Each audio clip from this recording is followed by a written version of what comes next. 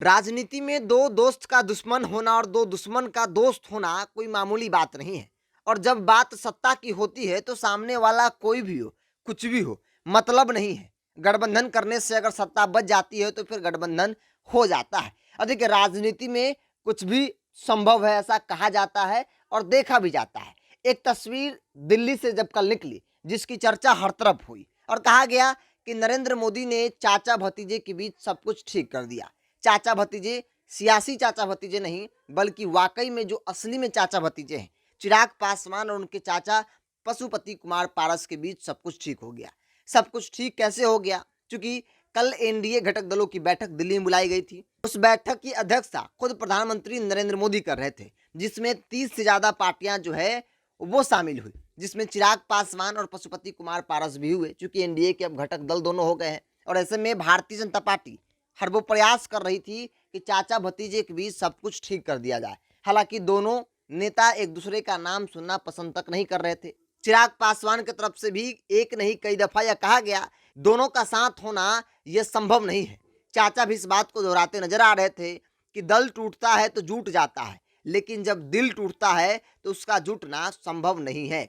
लेकिन अगर करे तो करे क्या? जब सत्ता की बात आती है तो दिल हो या फिर दल, जो भी टूटा हो सब जुट जाता है। और इसकी तस्वीर दिल्ली से निकली जब नरेंद्र मोदी के सामने चिराग पासवान ने पशुपति कुमार पारस का पैर छुआ, जिसके बाद पशुपति कुमार पारस ने अपने भतीजों को गले लगाया और कहा गया कि चाचा भतीजे में सब कुछ ठीक हो गया। हालांकि राजनीति को जानने और समझने वाले लोग इस बात को मान रहे हैं कुछ भी ठीक नहीं हुआ है, कि यह सिर्फ महज गठबंधन है 24 के चुनाव को लेकर। क्योंकि दोनों को डर है कि अगर एक नहीं हुए तो फिर भारतीय जनता पार्टी हर बार की तरह इस बार भी फायदा उठाने लगेगी। क्योंकि भाजपा भी चाहती है कि दोनों में फूट रहे और उसका फायदा भाजपा को हमेशा होते रहे। हाजीपुर सीट को लेकर चाचा भतीजे में जुबानी जंग छिड़ी है, कोई भी पीछे हटने को तैयार नहीं है। चिराग पासवान का मानना है कि वह हाजीपुर से चुनाव लड़ेंगे और पशुपति कुमार पारस उस सीट को छोड़ना नहीं चाहते हैं। हालांकि कल की तस्वीर निकलने के बाद कहा जा रहा है कि हाजीपुर को लेकर जो बड़ा कंफ्यूजन था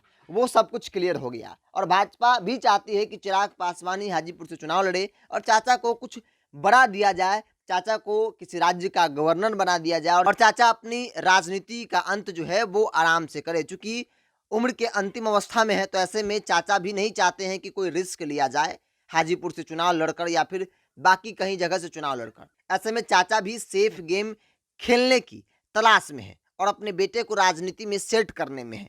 कल की तस्वीर निकलने के बाद हर तरफ चर्चा हुई कि चाचा और भतीजे के बीच सब कुछ ठीक हो गया। चूंकि चिराग पासवान ने सबके सामने अपने चाचा का पैर छुआ और मैं पैर ही नहीं छुआ बल्कि चाचा ने उन्हें गले भी लगाया। और ये उम्मीद लोगों में जगी कि चलो जो परिवार कल टूटा था आज फिर से जुट गया, चाचा भतीजे एक हो गए। लेकिन राजनीति को समझने वाले लोग इस बात को कतई मानने को तैयार नहीं है कि चाचा भतीजे में सब कुछ ठीक हो गया, बल्कि एक सियासत की नज़र से दोनों का गठबंधन हुआ है। क्योंकि एनडीए के घटक दल के तौर पर दोनों काम कर रहे हैं, तो ऐसे में अगर दोनों में समन्वय नहीं होगा तो फिर आगे काम करना जो है वो संभव नहीं है। क्योंकि 6% वोट बैंक है पासवानों का और उस पासवान वोट बैंक पर दोनों का दावा होता है। वो अलग बात है कि चिराग पासवान के पास ज़्यादा वोट है और पशुपति कुमार पारस के पास कम, लेकिन यह वोट तभी भाजपा में ट्रांसफर हो पाएगा जब चाचा भतीजे मिलकर काम करेंगे। और यही बड़ी वजह है जो दोनों को एक किया गया है और महज एक नहीं है बल्कि ये 24 का गठबंधन है चाचा और भतीजे के बीच।